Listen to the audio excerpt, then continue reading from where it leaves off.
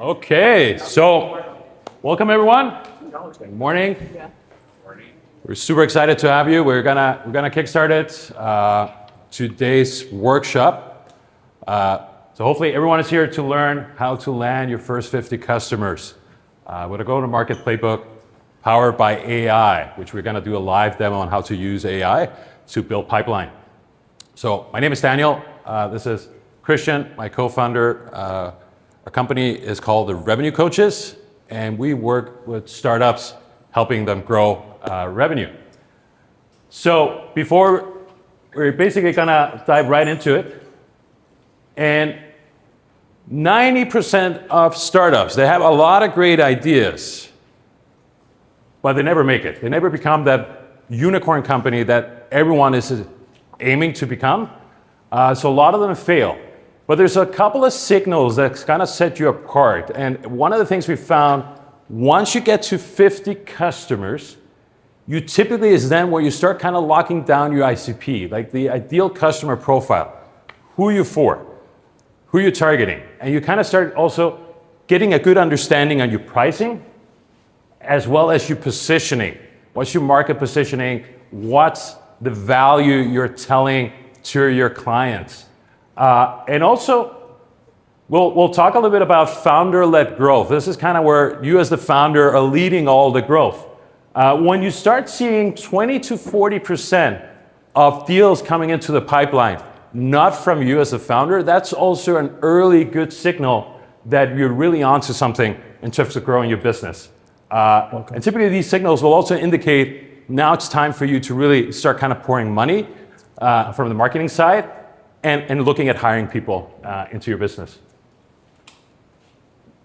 So today's agenda, pretty action-packed, 90 minutes. We're gonna go through our workshop. We're gonna really go through the playbook on why the first customers make it or break it for you, the different stages and the 3 pillars you need to focus on to really get there and land your first 50 customers. Then we'll dive into what's the system, what's kind of, we call it the revenue system, where you kind of put in place to create predictable revenue to really kind of drive that growth forward. And then we're gonna go into a live demo with Winston Tang, who's sitting over there filming today, our CTO. So wearing 2 hats. Today, he's gonna do a live demo showing how you can actually use AI to do all of these things to kind of accelerate your growth. And then we'll leave some time for Q&A and a little bit of networking. We'd love to chat with you after the session, learn a little bit about what you're up to and what you're working on. Welcome. And feel free throughout, raise your hand if you have any questions. We're gonna, me and Christian, make it as interactive as possible, this workshop. Come on in. So a little bit about me, Daniel Nielsen, founder and partner of the Revenue Coaches. Worked more than 25 years in sales and marketing, really with a focus on growth.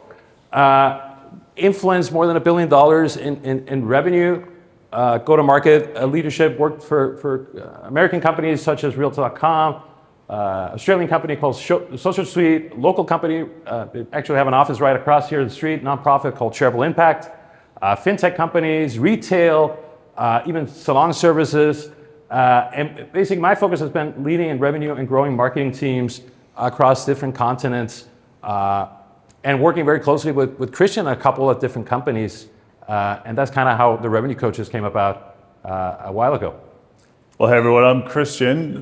Great to be with you today. On a quick side note, we had over 100 people sign up. So hopefully this seems like a good amount. Hopefully not too many more, because wouldn't want you to be uncomfortable. So I've been working for about 20 years across technology, finance, and the philanthropic sector. Helped scale 3 companies, with one of them delivering about $1 billion in giving through giving platforms or online giving. And more recently led the market expansion at an Australian company headquartered in Melbourne called Social Suite, and Cartera, which is a fintech company headquartered in Canada that expanded to the United States. Hey everyone, I'm Winston. I am the CTO, fractional CTO for the Revenue Coaches. I've been working with Daniel for like over 12 years now. I've been working across the software engineering industry over a span of different companies. And I also co-founded a couple of projects. I'll show you in a bit during the workflow, AI workflow. Yeah, looking forward to do the demo for you guys. Awesome. So who we typically work with, just really quick. So from a fractional perspective, welcome. CRO, CMO, COO, and CTO. So we have other experts in our world that we pull in on different projects. Typically these days focused on revenue systems, especially with being powered by AI and developing automation. And then go-to-market coaching is what we do with a lot of founders, senior operators, helping them by coaching them with their go-to-markets. Who we typically work with. So typically they fall into one of these three categories, either pre-revenue, early traction, or scaling from Series A to Series B, potentially even beyond. Here's some of the companies we've left growth across. We've talked about it, so I won't spend too much. But what I would say, like Christian said, like we work with a lot of early stage companies, like pre-revenue, as well as the ones that are on growth and making revenue, as well as we've helped a lot of startups achieve Series A's and beyond, both in fractional roles and supporting roles as well. Just really quick, actually, I was curious, who here is a founder? Okay, operator? Okay, that's great. Great mix. So 55% of startups fail from a go-to-market problem. And what we found in our research over time is that 35s have never validated a real market need. So they go to market without actually validating the need for that. 20% are too slow in acquiring customers. So essentially they burn through cash before they've acquired any customers. And in these situations, what we find is the product isn't the issue, it's typically the go-to-market. So that's what we're here to talk about today. Yeah, and most of the go-to-markets, they actually fail before they even start. And some of the reasons is, as you're building your company, there's different stages in your journey of growth. So you'll be in the prototype kind of pre-revenue stage. You have a great concept, a great idea, and you're kind of working on it. And then you create your minimum viable product, your MVP. And then you're kind of moving to learn how to price your product. Who are you for? You're trying to find that product market fit in your niche and your business. And then as you're going through that, you're learning, because you're learning how to sell your product. And then you start kind of creating that go-to-market fit in your business. And then once you overcome that, then you're learning to grow your business. You start kind of scaling your business. Just out of curiosity, raise of hands, how many would say are in this stage of your journey right now? Yeah. And how many are, yeah? Anyone? Yeah? Nice. Anyone on the scale up? Yep. Okay, so that's good kind of indication to know where you are. And it's important because depending on what stage you are, that's going to determine the go-to-market strategy. So me and Christian, we work for a bunch of clients. We'll give you a little story, like where we work for a startup with the CEO and founder of a fintech company. And essentially, we were brought in for this stage, as he was kind of pitching for us, kind of scaling and go-to-market strategy. But what we found out quickly when we assessed the company, it was kind of more in this stage. So they were scaling for this and building budget and headcount for this, but reality is they were more on this stage. Yeah, feel free to come in. There's plenty of seats. Yeah. Boy. And Christian, Yeah. maybe you can tell a little story about that when we entered, just to give a example. Absolutely. So in that situation, they had already hired a full customer success team, and they had no customers yet, and they didn't have an emphasis on revenue. There was actually no one beyond the CEO that was driving revenue, and so just making costly, expensive mistakes like that set us back a bit. And then there's the unfortunate thing of having to let people go and having to recalibrate things. But yeah, before even acquiring customers, they'd already hired a customer success team. Yeah, that's important, no? Because these are costly mistakes that'll like hurt your runway, and there's also kind of the boomerang effect, because as you kind of learning your market, that might actually set you back in different stages going back. But that's kind of part of becoming a startup and growing. You get those setbacks. Sometimes you pivot, you figure out, okay, you know what, the market, I need to tweak the product I've actually been working on. But that's a good thing, because that's the feedback. The thing is being able to recognize it and adjust. That's kind of the hard part as a founder. Yeah, the numbers don't lie. So 1 in 3 startups never close their first 10 customers. 65% of founders are still the primary closer in 18 months after launch. This is something I've seen consistently through my career. So as founders, your job is to replicate yourself eventually and to pass what's made you sort of your secret sauce and help others come alongside and help scale the business. If you're the bottleneck, that's a real challenge. 68% of companies have no documented sales processes, so that's a challenge when you're actually hiring people to come on board. And then this one's wild. 1.3 million average capital burn before a startup realizes its go-to-market is broken. So that's why investing in go-to-market earlier and getting things right from the beginning are going to be really, really helpful. So when we work with clients, for instance, we use this kind of iceberg analogy because I think it captures very well the typical symptoms of where go-to-market can kind of fail. It's easy to look what's above the surface, kind of the struggles you're having as a business, no growth, high churn, poor MQL, low close rates, burning money, different things like you as a founder, you can see that very easily for your business. But the mistake, as an iceberg, you see the tip of the iceberg. And typically, as we know, the icebergs are much larger below the waterline, below the surface. So typically, whatever you're seeing above there is related to something else. So that could be, for instance, you have a poor definition of what is a lead. Like we work for a lot of companies where a lead or a prospect or a marketing qualified lead has different definitions. If you don't have clarity on that in your business, that can become a problem on the sales side.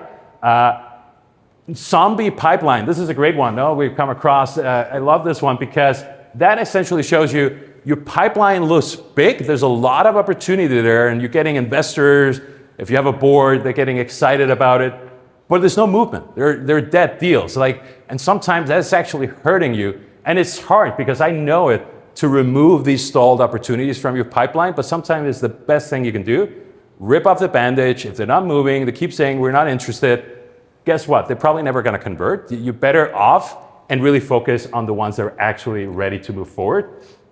ICP, what we're going to keep saying, like you think you might have nailed down your ICP, but it might be pretty unclear. And undefined scalable processes, no? Like if you're starting to hiring people with that and you don't have a defined sales playbook on how you're actually going to sell, how do you expect someone coming in as your head of sales or account executive to do it and figure it out on your behalf? Like you gotta, as a founder, at least have some guidelines for them. Because typically, Christian, about 3 months, I would say, is a ramp up period typically for a salesperson. So you can't expect to hire someone and then they start closing deals. And after 3 months, the deals they start building in the pipeline, depending on your sales cycle, it could be 6 months or more before you actually see the first deal come in. Absolutely. Yeah. The only thing I would add is no pipeline visibility. So oftentimes I'll ask a founder, does your pipeline feel concrete or does it feel more like an art form? Does it feel more like magic and based on gut feelings as opposed to solid metrics? So we see that quite a bit as well. And just finally on sort of some of the challenges with go-to-markets, these are the typical traps that we see. So the spray and pray approach, picture also throwing spaghetti at the wall, seeing what sticks. Founder-led sales forever. So if you are the only one who can close in your company, you're the bottleneck.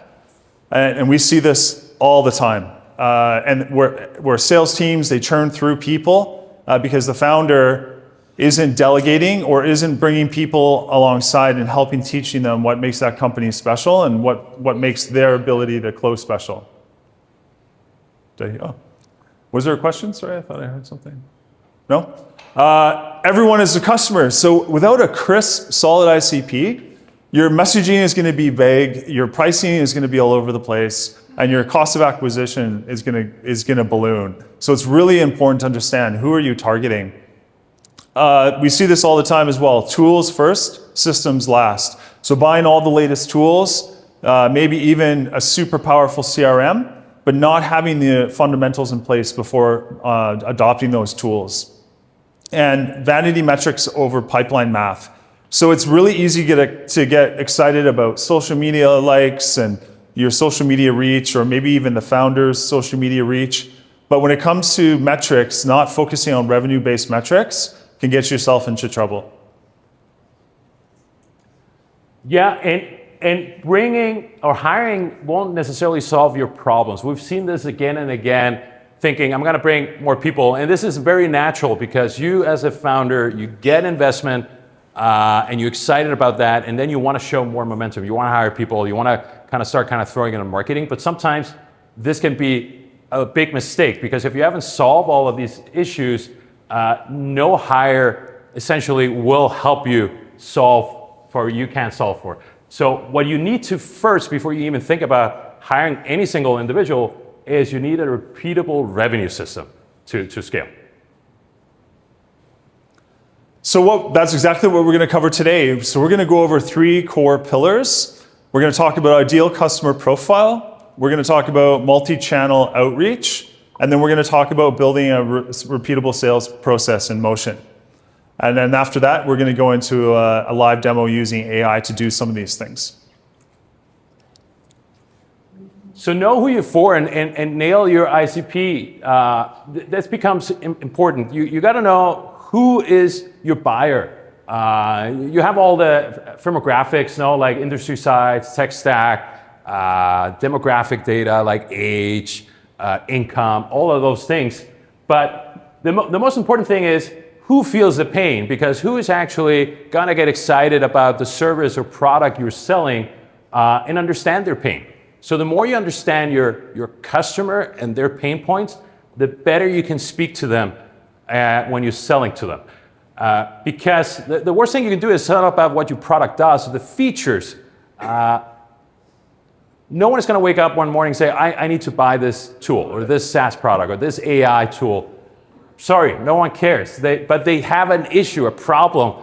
And if you can speak to that and how that solves it, that becomes an easier. So you got to really understand their pains. And then this is the hard one for everyone. When are they ready? When are they ready to buy? When is it the right time to reach out to people? Well, there's different signals you can look for.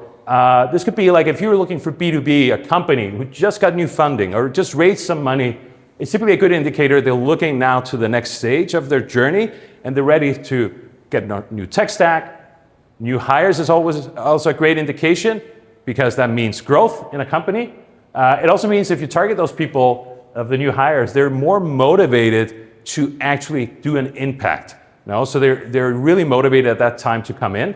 I'll just recommend give them at least a couple of weeks to settle in. Don't reach out as soon as they announce they just got hired. New regulations, so if you're working in a regulated space or some changes happening for a company, that could also be a good way to go in and position your product or service as something that could solve it. Competitor space as well, that also becomes great indicators and signals. And we're going to show you how you can actually mine this using AI.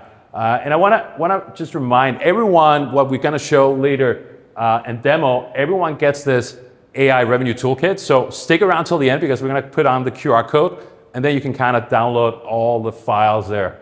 And then the last one, probably the biggest one, no, Christian, is kind of those sales objections you get all the time.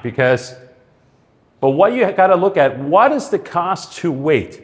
If you were not to solve this issue today, how much is that going to impact you? Because everyone will say, you know what, I got to talk to my partner. I'm not ready yet. Let me think about it. Let's come back in 6 months. But you got to position yourself, even when you think about your own business, what's the financial risk if you were not to act today? Like look at it at the bigger picture and get them to think there. Get them to get to that point today. When you talk to them, what's your problem? What is the thing you're kind of struggling with? oh, I'm doing this and that, and then you're just listening, and then you go in and say, position and say, well, what's the risk if you were not to do this today and you waited 6 months? How would that impact your business?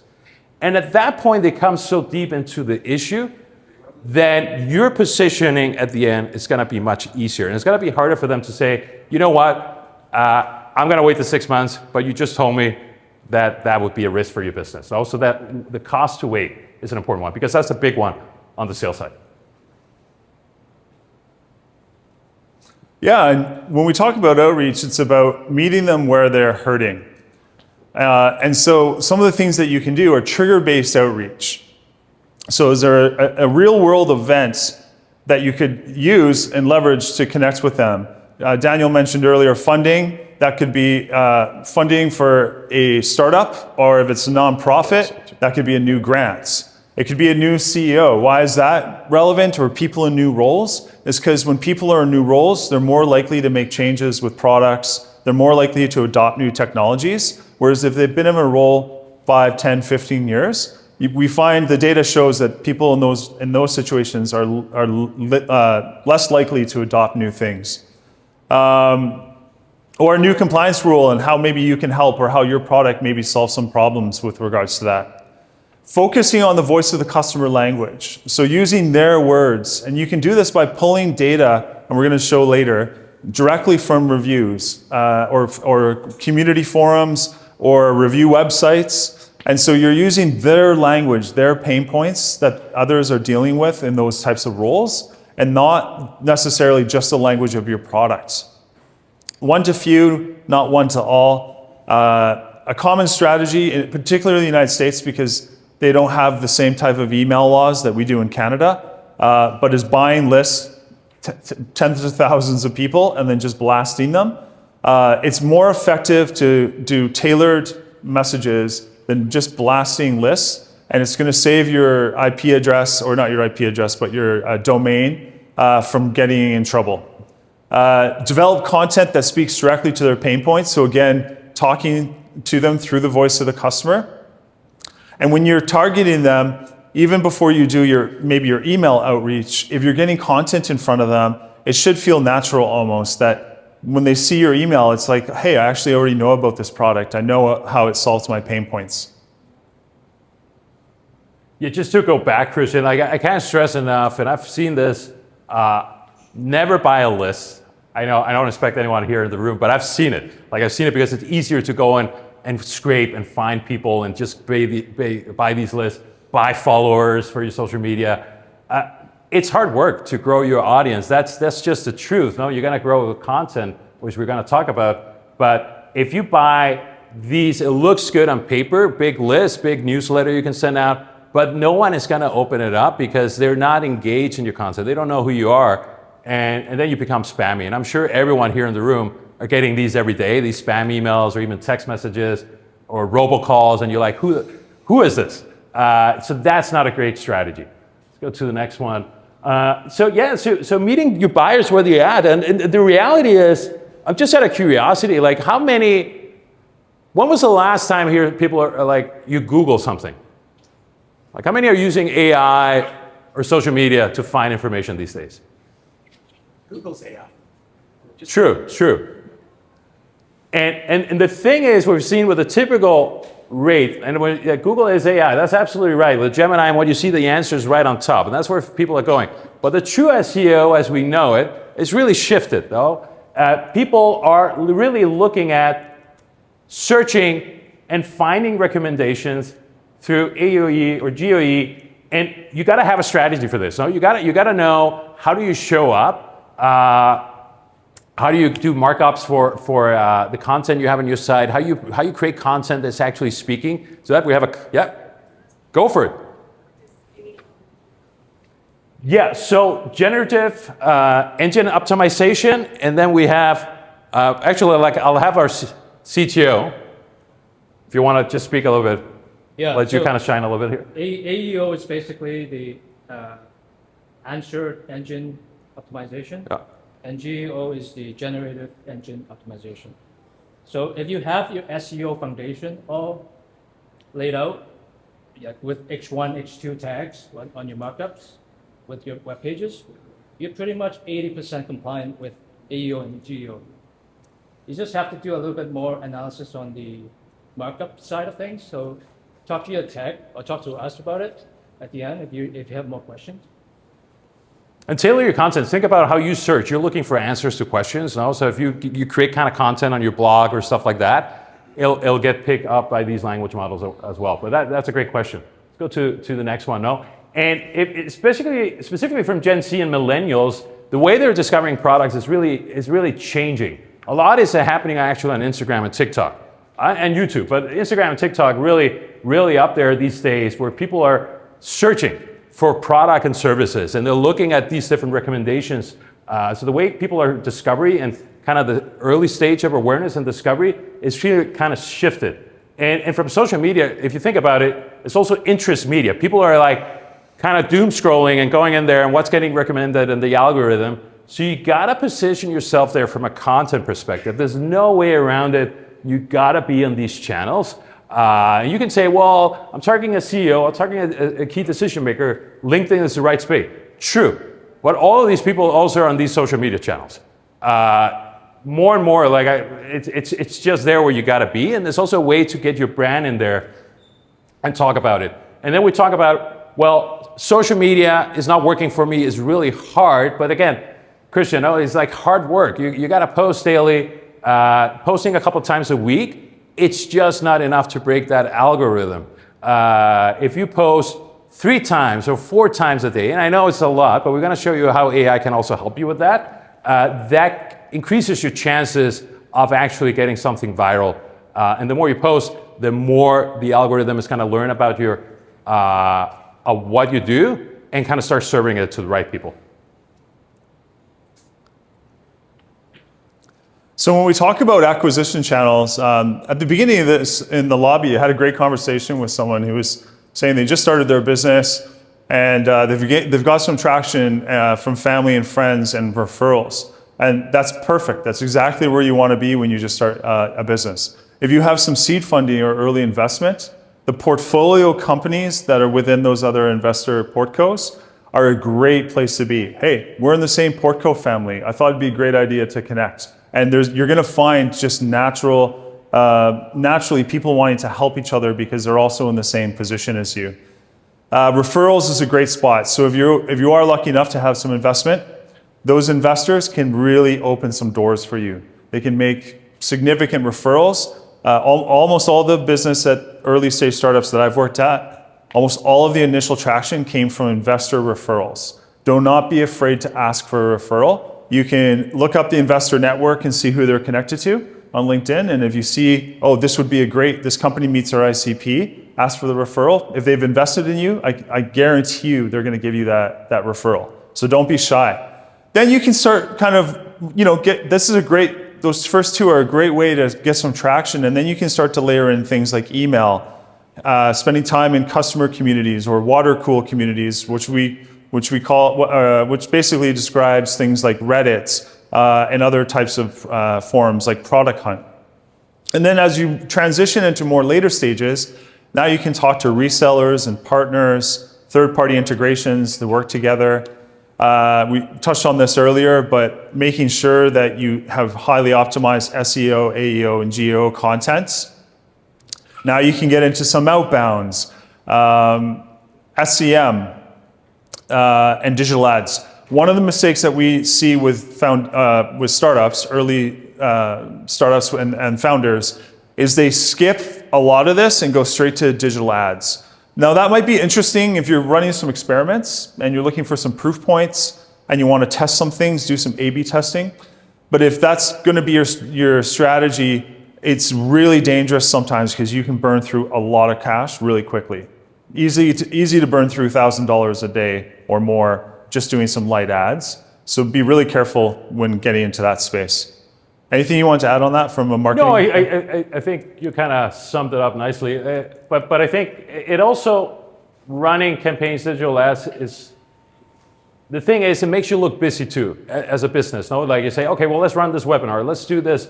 But the risk is, if you don't have the foundational work done, it can be a hard lesson because it takes a long time, and then you're doing it. And if you work for companies before you started your own, and you've been in some different roles, and and the founder, the CEO, or the marketing person is telling you, oh, we got to run this. And then 2 weeks later, what's the leads? Oh, nothing close. Okay, now let's pivot again.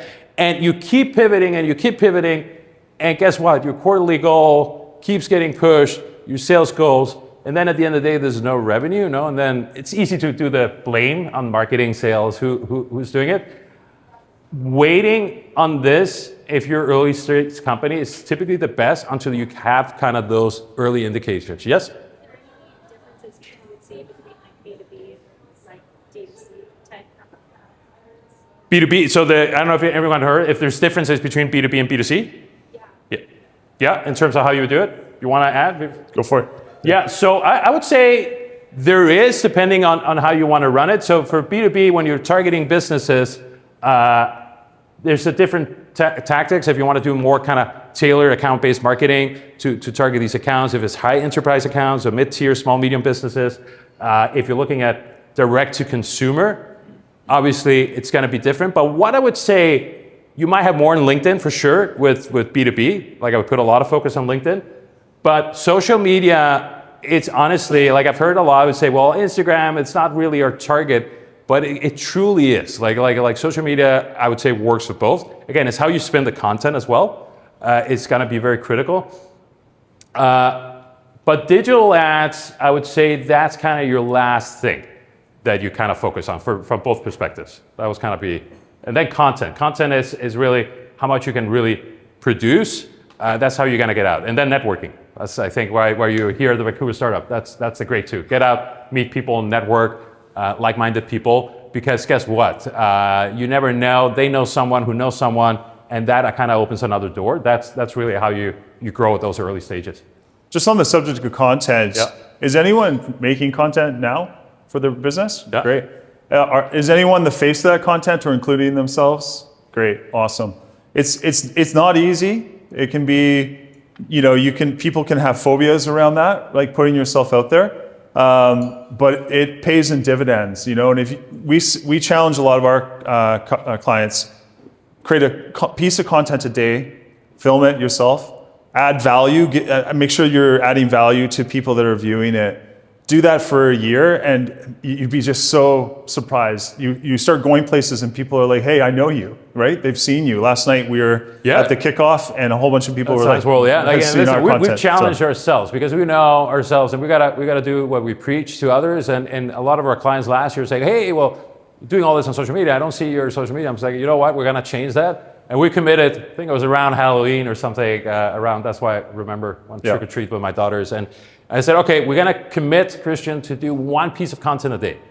And we've been doing it, one piece of content a day and repurposing it. And it's hard. Like, I'm not gonna lie, it is hard. You have better days than others. But then I think it's finding one day, a couple of hours you can put aside and you can shoot. We do video because video is very, very easy to do. And then you can kind of repurpose that in a lot of different formats.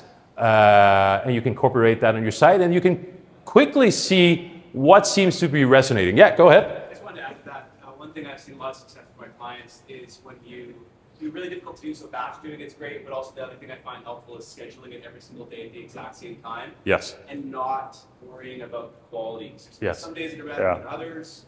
If you schedule it every single day, 30 minutes a day, you're going to be far more likely to actually do it and make a commitment to uploading it for the year. You'll get better and it gets easier. That's great. Great advice. I think the not worrying about the quality or looking foolish is a good thing.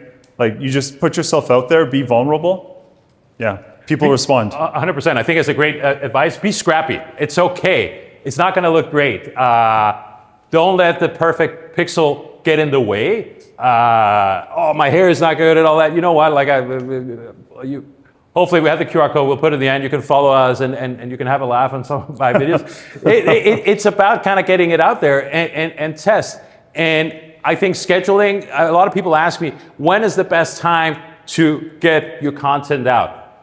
Really, if it's good content, it really doesn't matter. That's my answer. We have it in the morning. We could have it in the afternoon. I've tried a lot of different things.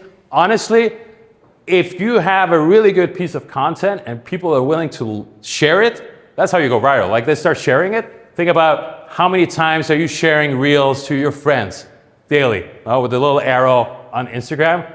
And sometimes that's how you communicate mostly with your friends. You're just sending these memes or funny things. If you have value, that content will actually speak for itself.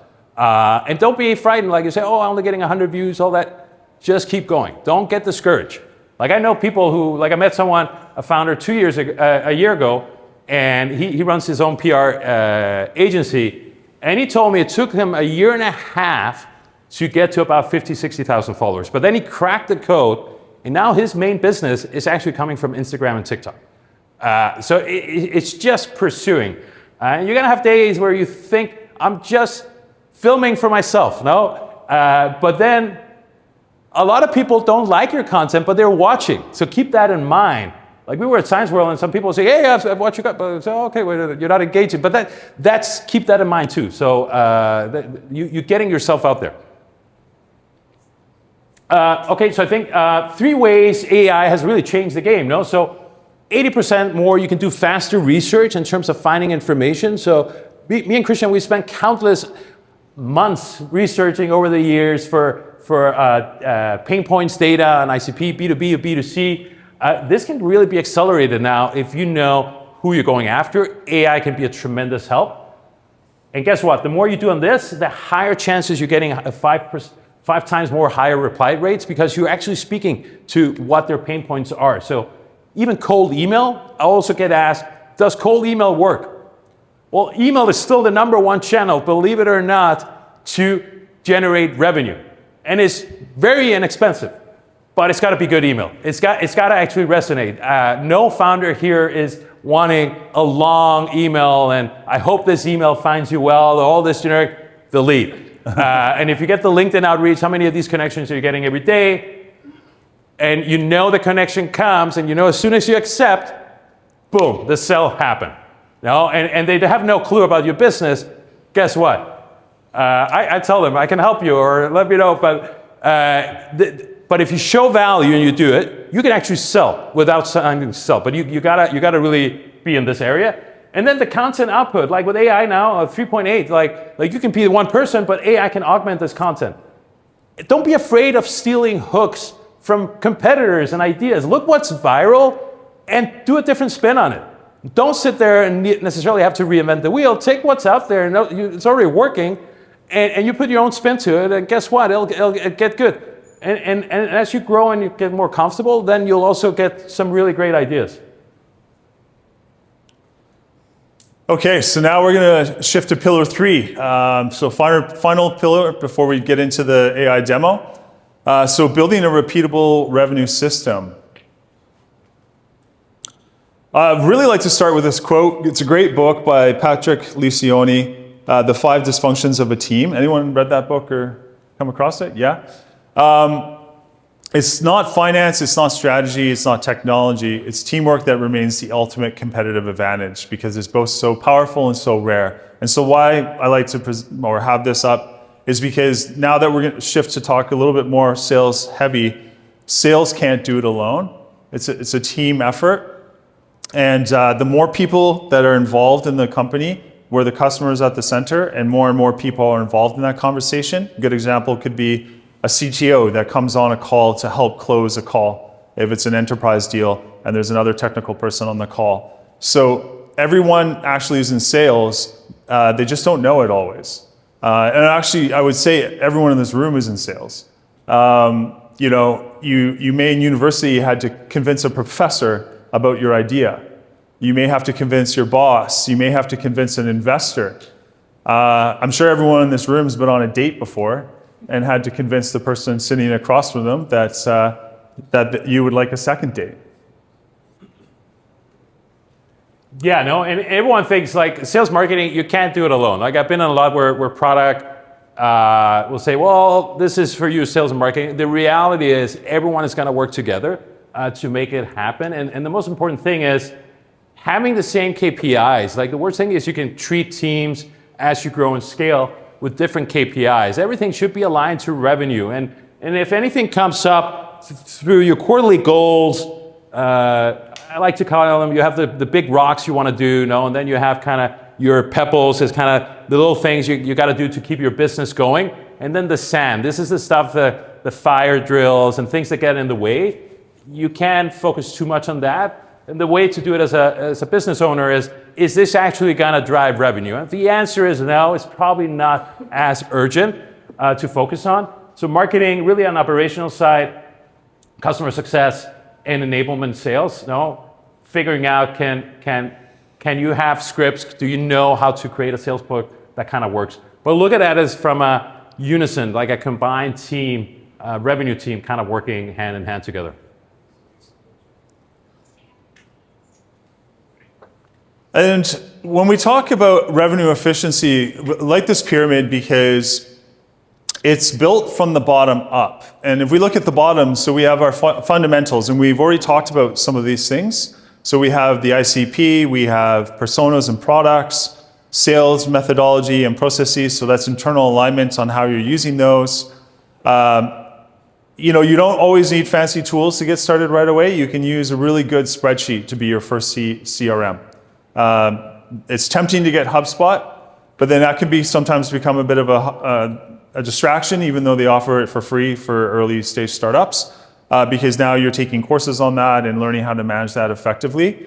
But if you're early days, a really good spreadsheet can be fine, and then you can import that. Companies that you work with, like HubSpot, will help you import all that data eventually.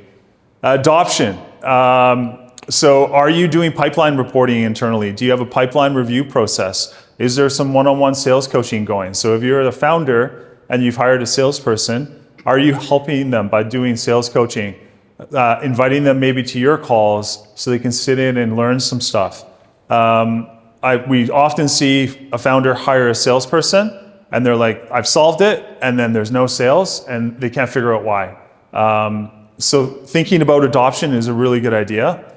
Optimization, so pipeline insights. What's your pipeline telling you? If you're tracking, we're going to talk in a little bit about tracking conversion rates from awareness to opportunity to deal close. What are the stages between those, and what are the conversion rates? Is it 20%? Is it 15%? Is it 5%? If it's 0%, there's a problem. Right? Even if it's just a couple percent, there's a problem. Having the right things in place to be able to do regular forecasting.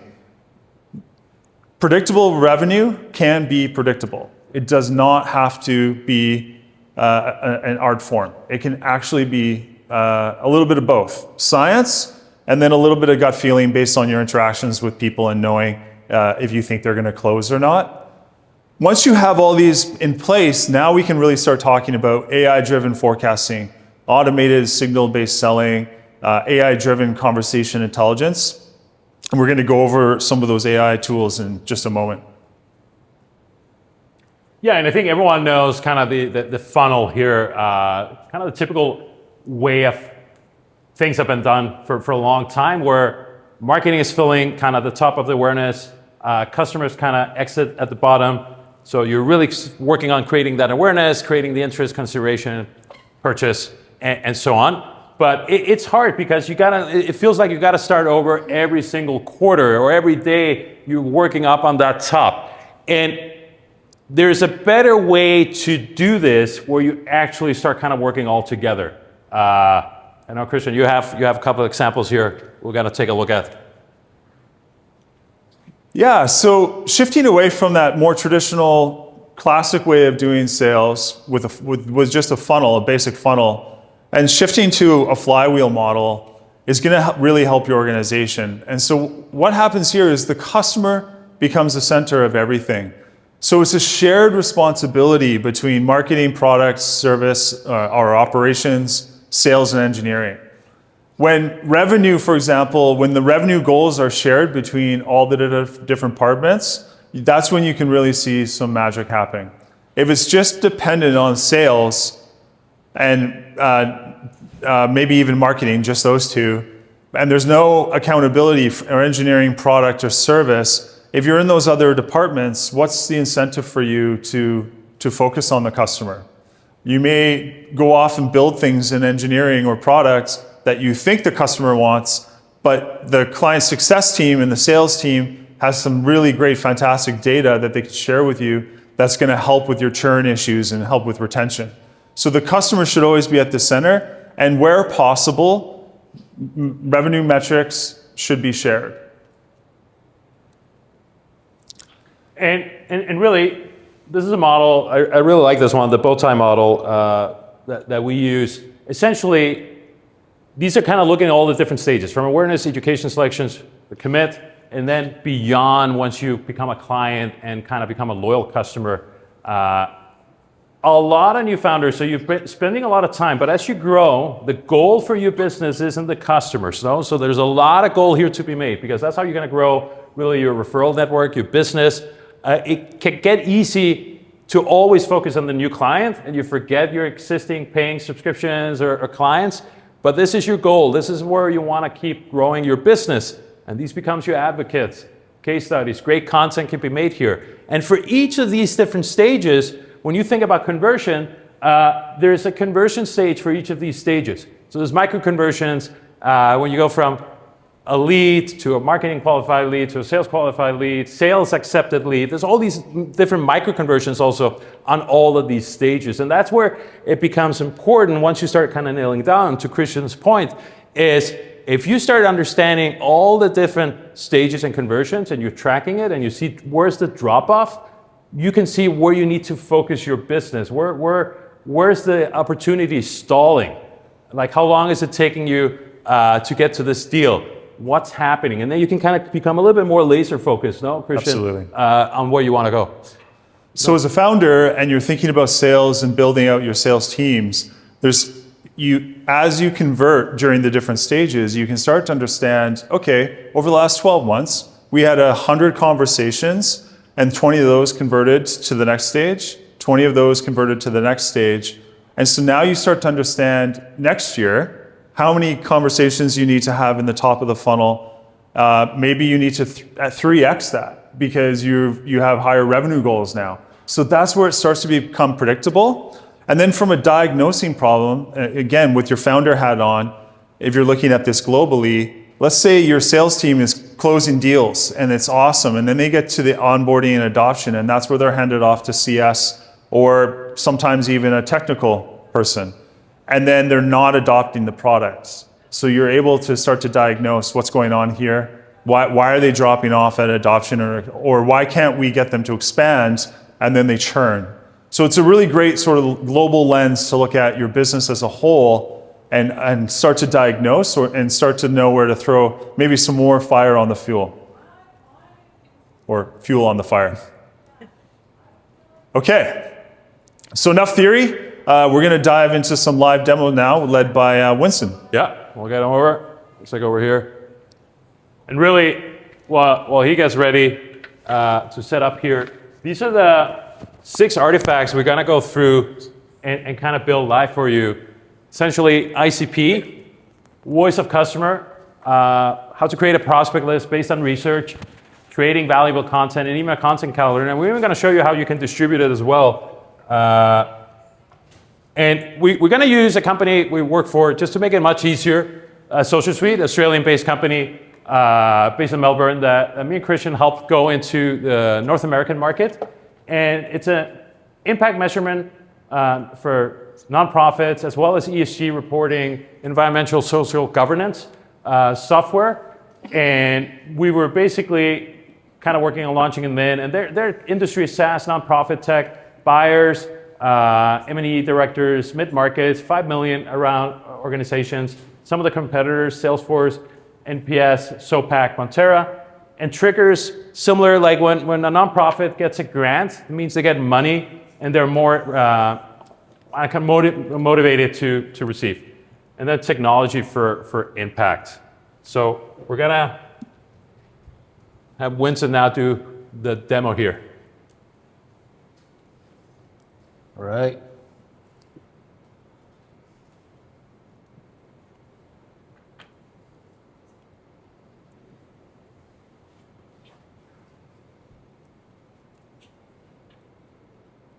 And everyone gets the prompts, the skills from the AI agents. So don't worry about that. We're going to put the QR code and you can you can get the downloads for everything.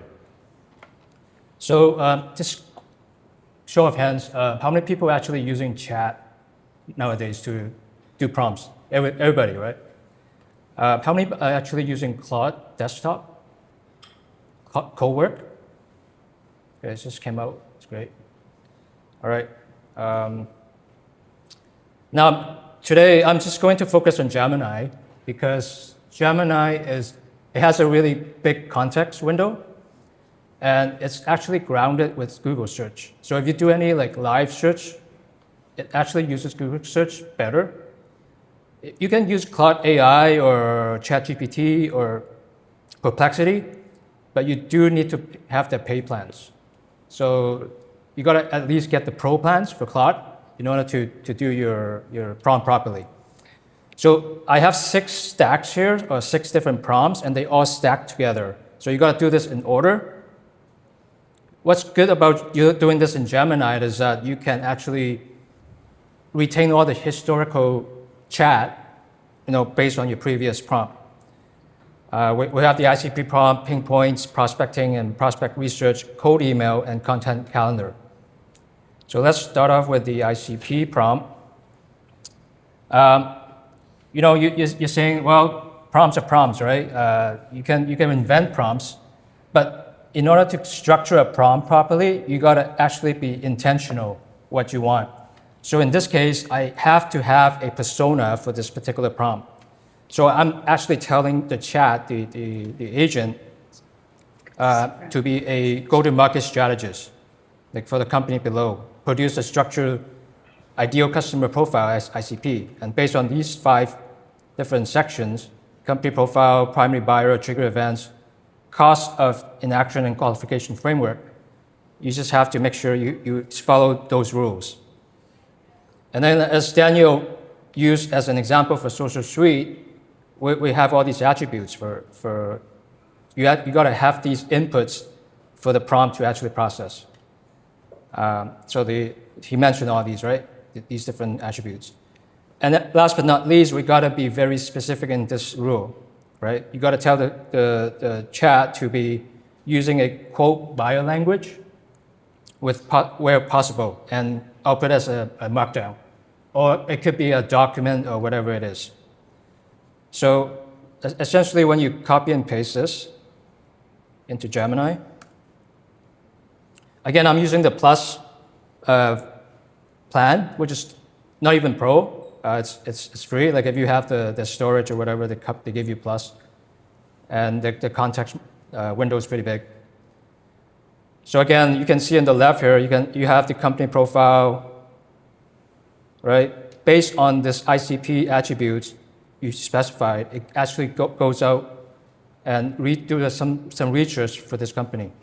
So you got a company profile, the primary buyer, trigger events, the cost of inaction, right? Qualification framework. You got a great fit or the poor fit comparison for the different signal types. So this is basically your really optimized version of your ICP. And that, well, you can also plug it into Claude or ChatGPT, but you may get some different outputs. I mean, you all know that. So I'm just going to stick with Gemini to continue my historical prompts. So ping points, the next prompt, again, you got to specify the actual persona. You got to act as a voice of the customer researcher, and for the ICP above that I just generated. And then you just go out and post some sector stats based on Reddit, GT, Capterra, Trust Radius. So it actually goes out using Google search and potentially be able to scrape some of these pain points, these content that you can actually mine and use it for your content later on. Yeah, just to add on, this is so powerful because this can actually mine information from real comments of people. And you can tweak it. Like if the Reddit is not the place, but typically Reddit is a good one, or any other review sites that your clients or prospects are on, you can put it in there and it'll actually then scrape that information for you. That becomes super valuable for your content. Yep, so I'm just gonna prompt that. you notice it will take a while because it actually will go out and do some search. Imagine like back in the days, how much time do you need to do this, like to do research for this? Probably like a couple of days, even a week. But I'm just doing this for like under 30 seconds, right? If you even use code work to do this, you actually get better artifacts because it asks you follow-up questions. Whereas if you do it in chat, it's just one-time prompt. You may want to follow up, but this is all you get, right? So all these 8 pain points here, that's specified. And any comparative weaknesses, so it gives you that based on your ICP and your company profile. And messaging angle and any content strategy. So again, we will provide you these prompts plus all the agent skill sets, like skills files in the toolkit later on. And it's a little bit more elaborate than this one. So let's go dive right into the prospects list generator. So what this does is that, based on ICP above, go out and actually do a scrape or kind of like a crawl of 10 real companies based on your ICP. So these are the different things I need, right? The company name, what they do, why they matched my ICP, likely trigger events, and actually pull the contact title and potential contact information for me, and prioritize these companies based on active buying signals, etc.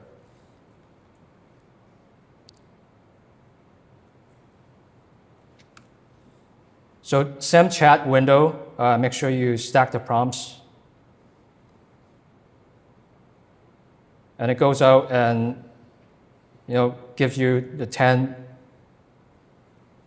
real companies that you can actually target, or these prospects. It doesn't have to be 10, it could be 20, 50, depending on your context window and the model that you're working with. So it gives you the sector stats here, the 8 pain points. Sorry, that's the previous prompt. So this one, it gives you the actual company name, right? Why they match the ICP, the trigger event, contact title, and then the opener, conversation opener. You can actually use this for your content, like your email, your cold email if you want. But these are just very generic type of titles. But if you go down even further, it will give you a little bit more, when we do the prospect research, it drills down into the company a little bit more and posts out the primary contact for you. So you can use that for generating your cold email outreach. So the next one we're gonna do is the research, the prospect research. So here we will need to plug in certain inputs based on a company that you want to target. So for example, if I want to target Make-A-Wish Canada, you can plug that in, and then it will scrape the net for the company snapshot, likely pain points, recent news, signals, top trigger events, key contacts, suggested approach.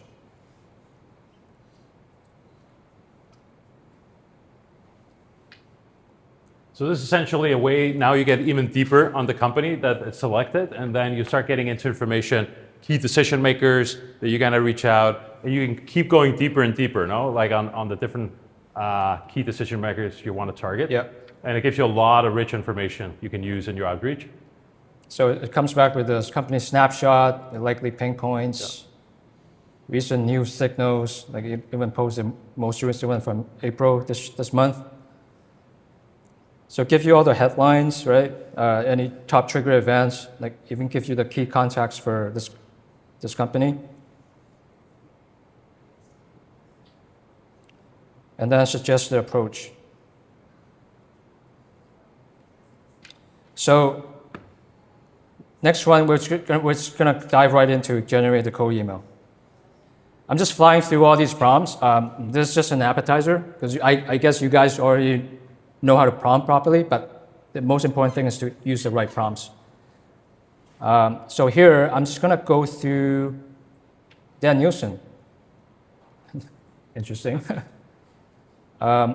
So I'm gonna use Megan Stovo McKnight, CEO, directly. So I'm just gonna copy her name and title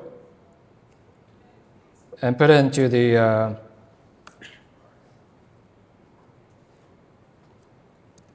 prompt input.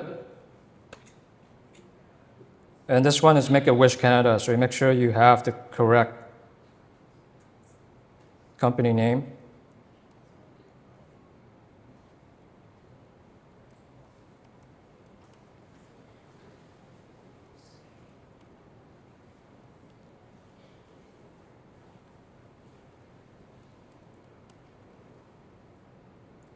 And as he's prepping it, so this actually gives you, based on the mining of the pain points that we saw earlier, I'll even use language from their websites or what they posted. So once you create that email, it's going to be lingo that the company is using or speaking to something. So it makes it much more relevant and a higher likelihood they would engage with you. So essentially, it uses the ICP, the headlines that they post, or any trigger, like buying triggers, and it will personalize that email for you. So it will make your cold email a little bit warmer, more targeted for this particular prospect. So it even mentions like some of your focus, you've been working on in the campaign. So it gives it a little bit of a personalization email that you can use. The problem with that is that it's so lengthy. That prompt is really lengthy. It's hard to get people to read, especially if you're selling them. Yes.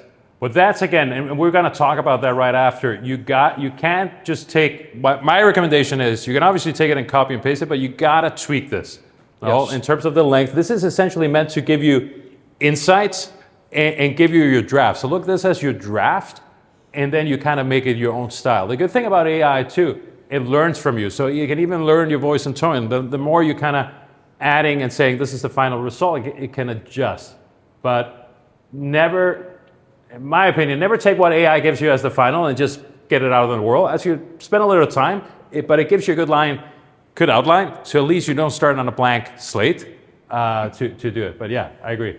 And it also gives you some rationale, like why this works, right? Because as part of the rule, you got to explain why it works.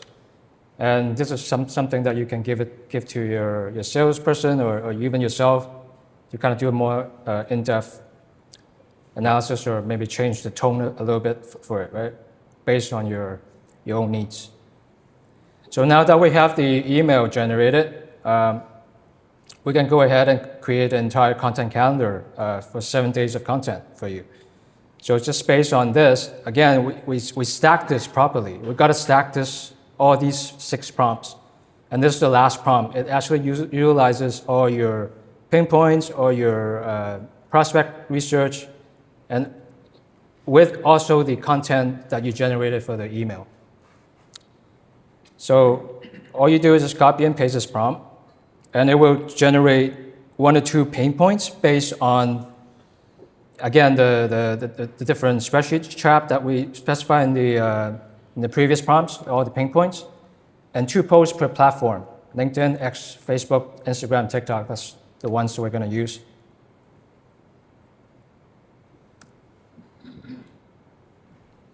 It's essentially a great way to give you a quick overview of some content pillar ideas that you kind of build on based on all that research in the entire chat of what Winston kind of just walked us through.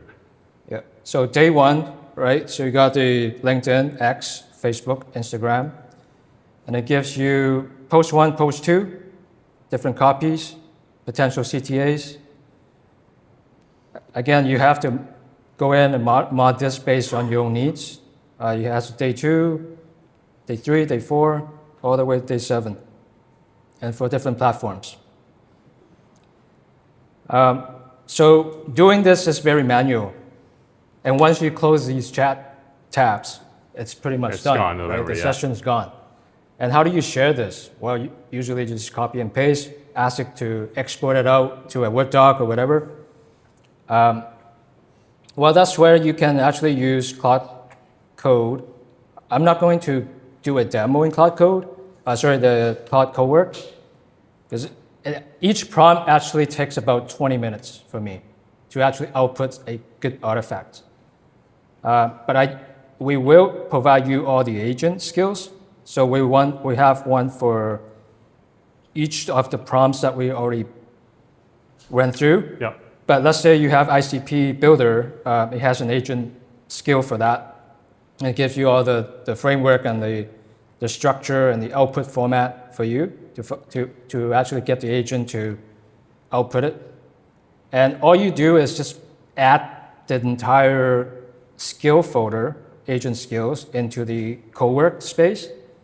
And it will automatically use the appropriate skill based on the name of it. Like if you want to create an ICP for the particular profile, it will actually automatically use that ICP Builder, the skill.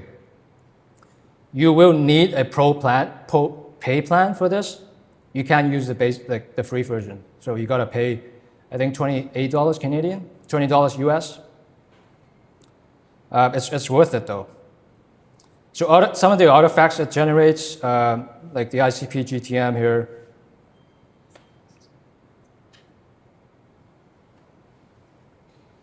it gives you a really nice formatted output of everything that, it's even more elaborate. It gives you more information, more insights. So I'll leave this. We will provide you all these templates as well that you can actually use for your own use case. But now we will dive into the. Yeah. So I'm gonna show you now. And one thing before we actually jump in. So quick reminder of what AI does not replace. It's not going to replace your own strategic judgment. No. I think, like I've said before, like ChatGPT is the biggest yes man too. Like AI will agree with you a lot. It's getting better to challenge you with questions and that, but it's also how you set it up to challenge you, because AI, and sometimes you'll call out on AI being wrong. I'll say, yes, you're right, and all that stuff. So AI is a great tool, but it's on your strategy. You can't rely on AI getting you to 50 customers. I can't stress that enough. That's going to be you, but with AI's help. Relationship and trust, it's going to be important now to build your first 50 customers to buy from you. No prompts, your voice is still the one that matters. This is why it becomes important. And yeah, it gives you great outline and copy and positioning, but look at us as a draft outline for you. Make it your own, like put a spin on it and put that in. And accountability, like you still must own the number. We're not there where AI is still gonna close the deal for you. Then surely we'll all be replaced by robots maybe, but not today. Like this is gonna create your accountability. What we're gonna show you right now, Winston's gonna launch it, and I wanted to give you a sneak peek of what something we've built for clients we work with, because you can take a lot of what Winston showed you with the skills. It's a lot of great manual stuff, but it's still a lot of manual, and it still doesn't include your data. And when we in Christian work with clients and we come in and help with kind of foundational and then strategy and all that stuff, this is just to show you how it could look like. And this is a dashboard we built for ourselves that we use for our own prospecting.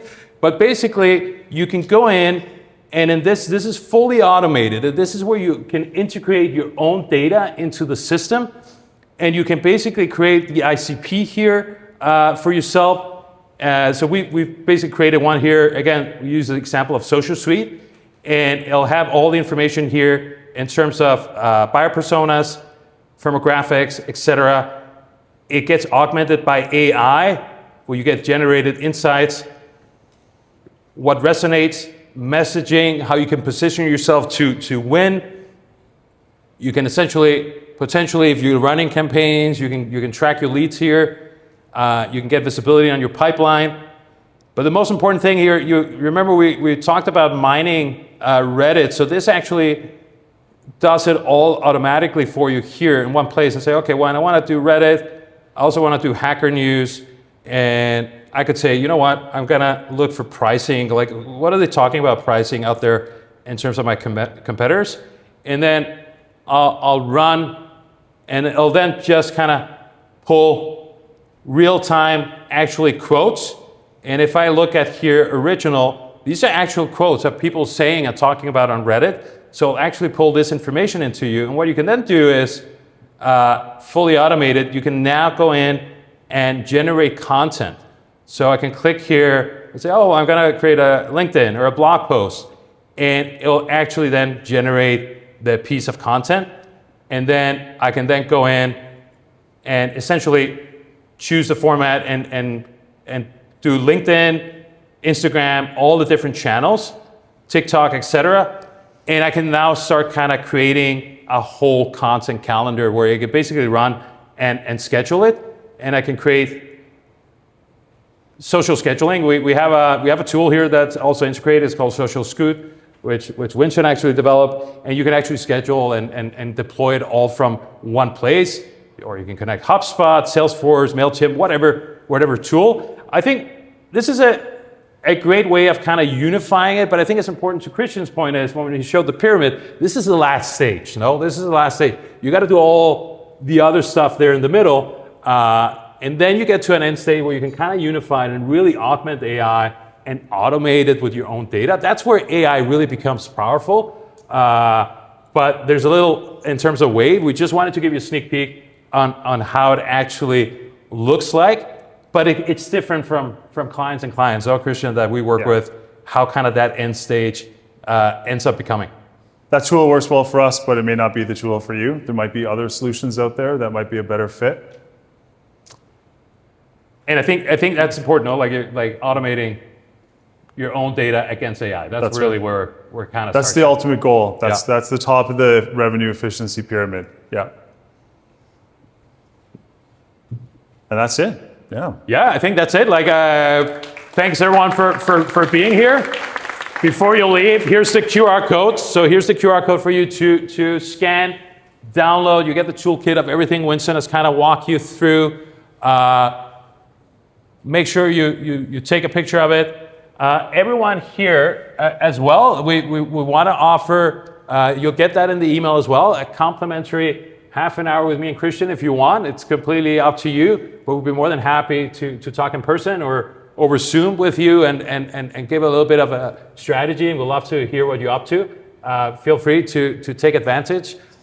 We really want to support the local community here in Vancouver for startups, and love to stick around if you have any questions or anything. And we'll also open up the floor. If you have any questions, we'll happy. I know we still have a couple more minutes. Yeah. Sharon did some using bots. My question about the validity of the sources. So I saw that in one of the prompts you included how I only showed the data that has sources. We'll bring it up. That'll be easier for. So I don't know how much you know that. Yeah. About the validity of sources used with AI. I'm interested in how you make sure that those sources are realized and driven down, people to link and stop and data. But I think it's really useful in payments. How do you make sure that when you're ordering it, you get that data? Is there a difference between it from AI tools and some better than others? In terms of trusting the data you get, is that kind of the question? Yeah, and how to make sure that there's a source that really data point that's real. Because I think in the time saving, you might have to go into a source and check the data from it and use a bit of that efficiency. Yeah, definitely having the right sources makes the difference. So the way that we've set it up, I think Winston had set it up earlier, is only use these sources. Don't pull from anything outside of these sources. So one of the ones that we use a lot is, and the name is escaping me right now, but it's a review website. It's legitimate. And you can actually see people's names and titles of the reviews that they've made. So that to us is an excellent source for getting customer pain points. Yeah, but just you need to stress within your prompts, only use these sources, the sources that you're comfortable with. Yeah, and I would always double check. So even the All quotes, of them are clickable, so you can view them. No, they can validate. These are real, actual quotes and stuff. even the quotes we had, I triple checked just because I know that it can give me information I want to hear maybe and not what I need to hear. But the way Winston has built it too is just, like it gives you restrictions. So you got to give AI guardrails in terms of where to operate, what not to do, as well as what it needs to do. So you're basically in those prompts, it'll tell you, this is what you're kind of supposed to do and don't do that. And then the more, this is why the prompting skill becomes so important, because it's also what you tell it not to do. If you don't do that, it'll just kind of start kind of hallucinating in a sense, in a way, and start kind of doing its own things. Yeah, it's a good question. Yeah. I was wondering if you have advice on how to tweak any of this for B2C. How to tweak what we present to B2C? Yeah, any of the prompts. I think so. You want to add, to tweak, it really becomes, do you want to speak to it? Sorry. To tweak it to B2C, instead of, because this is more B2B. Oh, you can prompt it. You can literally just prompt it. It works for B2C too. Yeah. We just use an example of B2B company, but you can use it and you can make some tweaks to it in terms of your ICP and stuff like that, because you'll put whatever information you have for your consumers. But the prompt itself, it's applicable on both channels. You just got to make some tweaks to it. And it's also in the instructions you download that Winston has set up in the file. And then we had, I think, a question there. Hi, this one is actually for Winston. So Yep. my question is related to yours as well. The internet is full of different bullshit. And so, to be frank, and so there's a layer of how do I check that? And it's actually follow-up is really talk through what you guys are talking about. How do you put human in the loop to make that judgment call? Because it will happen. Absolutely. You don't just want human in the loop. You want to be the expert in the loop. You got to understand what you're actually trying to pull. And I mean, human in the loop, yes, but you just trusting the AI blindly, which is not the way to go. You still have to have that knowledge in the background that you're prompting for. That's the key, right? So you don't want to trust any AI sources that you pull blindly from prompts or any agents that you go through. Coding as well, right? Vibe coding. Well, you got to be an engineer if you want to have a really high quality product. Vibe code is just a prototype. You still need engineers to refine it and perfect it for you, right? So you got to be an expert in the loop. Yeah, it's so, I met a founder recently that was doing outreach and they were using, I can't remember if it was Perplexity or Claude AI or Cowork to do automated outreach on LinkedIn. So find these types of people. This is the message. And he let it run and I think was doing 25 a day or something, whatever the LinkedIn limit is. And he wasn't paying attention to it. And it wasn't until after those messages to potential investors, they were saying, hi, first name. So it had, right?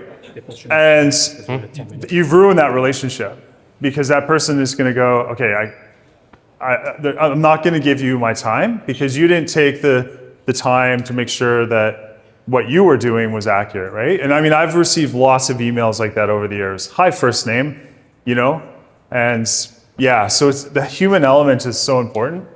Yeah. And we want to thank you all. We got to wrap up now. We have the next session starting in about 50 minutes, so they got to set up. So we want to thank you all for coming. Connect with us on Instagram, LinkedIn. You're going to meet us probably at many of these different events throughout the week. We hope to see you there. Love to come and chat and hear a little bit about what you're about. And if you download the toolkit, any questions you may have, you can reach out to us. Or if not, please connect with us on our social channels. Awesome. Thanks very much for Thanks, everyone.